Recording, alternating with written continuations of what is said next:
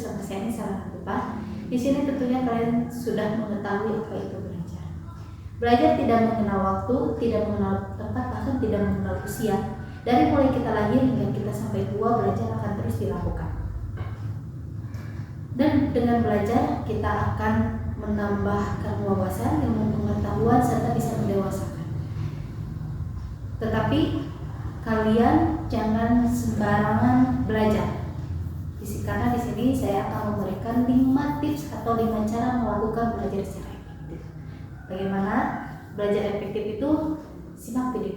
Yang pertama adalah menentukan tujuan atau pencapaian belajar.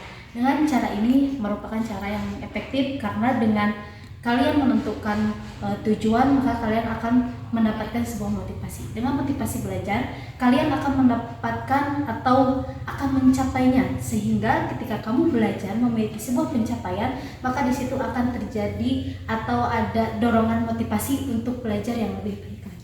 Yang kedua adalah menentukan waktu yang pas untuk belajar.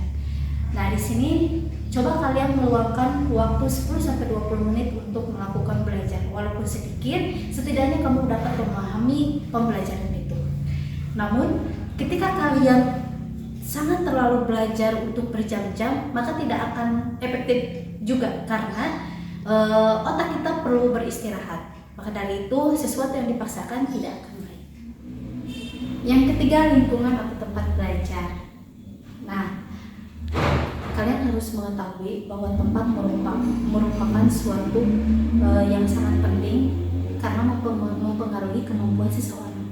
Ketika tempat itu atau suasananya sangat nyaman, maka secara otomatis otakmu akan sangat mudah untuk menerima beberapa informasi atau yang dipelajari oleh kalian.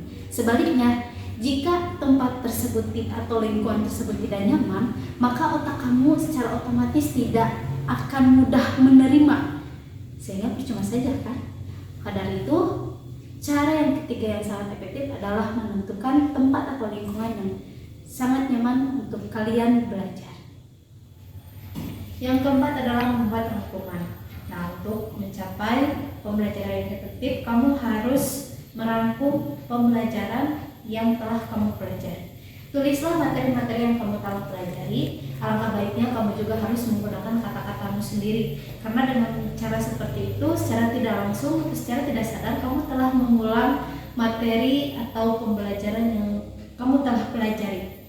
Dengan terus melakukan rangkuman pembelajaran tersebut, kamu akan sangat mudah memahami pembelajaran atau materi yang telah dipelajari oleh kamu sendiri.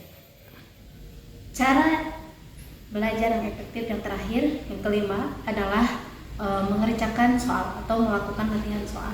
Dengan cara belajar yang efektif ini, kamu akan mereview atau akan mengulang kembali pembelajaran atau teori-teori yang telah kamu dipelajari, sehingga kamu bisa mengetahui seberapa jauh kemampuan kamu terhadap pemahaman materi-materi yang telah kamu pelajari. Baik, itulah tadi 5 cara belajar efektif. Carilah cara atau lakukan cara belajar efektif sesuai dengan diri kalian agar kalian tidak merasa terpaksa untuk belajar. Sebetulnya ada banyak sekali metode pembelajaran atau metode belajar yang efektif di dunia ini. Maka dari itu kembali lagi kepada diri masing-masing. Sesuaikan dengan diri kalian cara atau metode seperti apa yang sesuai dengan kemampuan kalian untuk belajar. Sebagai contoh, ada beberapa orang yang senang belajar dengan diri sendiri, ada juga yang senang dengan belajar secara berkelompok. Nah, itu tergantung dari kita sendiri masing-masing. Maka dari itu dapat disimpulkan bahwa cara belajar efektif itu sebetulnya berbeda-beda.